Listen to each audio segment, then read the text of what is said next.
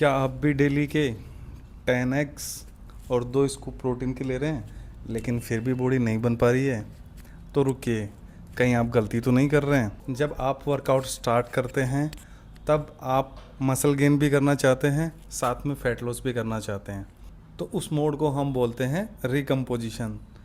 ठीक है, ये जब आप एक बिगिनर होते हो या आपने नया नया जिम स्टार्ट किया होता है तभी ये चीज़ें बॉडी अडेप्ट अच्छे से कर पाती है, क्योंकि आपकी बॉडी जो भी स्ट्रेस मिलता है उसके लिए बहुत सेंसिटिव होती है। तो उसके लिए 1.2 टू 1.6 ग्राम प्रोटीन ही इनफ होता है। और यदि आपको 1 से 1.5 साल वर्कआउट करते हुए हो गया है जिसमें आपने थोड़े मसल्स बिल्ड कर लिए हैं, तब आपको 1.6 से लेके 2.2 ग्राम तक पर केजी प्रोटीन इंटेक करने की ज़रूरत पड़ सकती है, क्योंकि उस टाइम पे आपकी बॉडी को मसल गेन के साथ साथ उनको जो डेवलप्ड मसल हैं उनको स्टोर भी करना होता है, उनको मेंटेन भी करना होता है।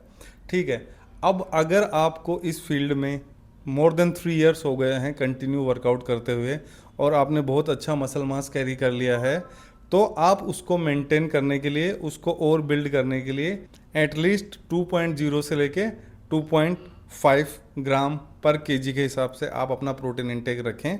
दूसरी बात, आपकी बॉडी में जो थर्मल इफ़ेक्ट होता है फूड की वजह से, वो प्रोटीन में सबसे ज़्यादा होता है, क्योंकि प्रोटीन को डाइजेस्ट करने के लिए बॉडी को सबसे ज़्यादा कैलोरीज बर्न करनी पड़ती है। ये भी बहुत सारी जगह पे मिथ है कि हमारी बॉडी एक बार में 25 से 30 ग्राम प्रोटीन ही अब्जॉर्ब करती है, पर ये सच नहीं है। आपकी बॉडी धीरे धीरे वो सारा प्रोटीन डाइजेस्ट कर लेती है, चाहे आपने 40 ग्राम लिया हो चाहे आपने 50 ग्राम लिया हो। सिर्फ आप सप्लीमेंट्स के भरोसे मत बैठो।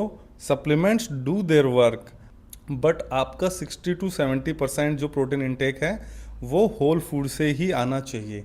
ठीक है, आप 25 टू 30% आप सप्लीमेंटेशन ऐड कर सकते हो उसके लिए। उसके अलावा अगर आप कोई भी प्रोटीन सोर्स यूज़ कर रहे हो तो उसकी अमीनो एसिड प्रोफाइल अच्छी होना चाहिए और वो एक लीन प्रोटीन सोर्स होना चाहिए।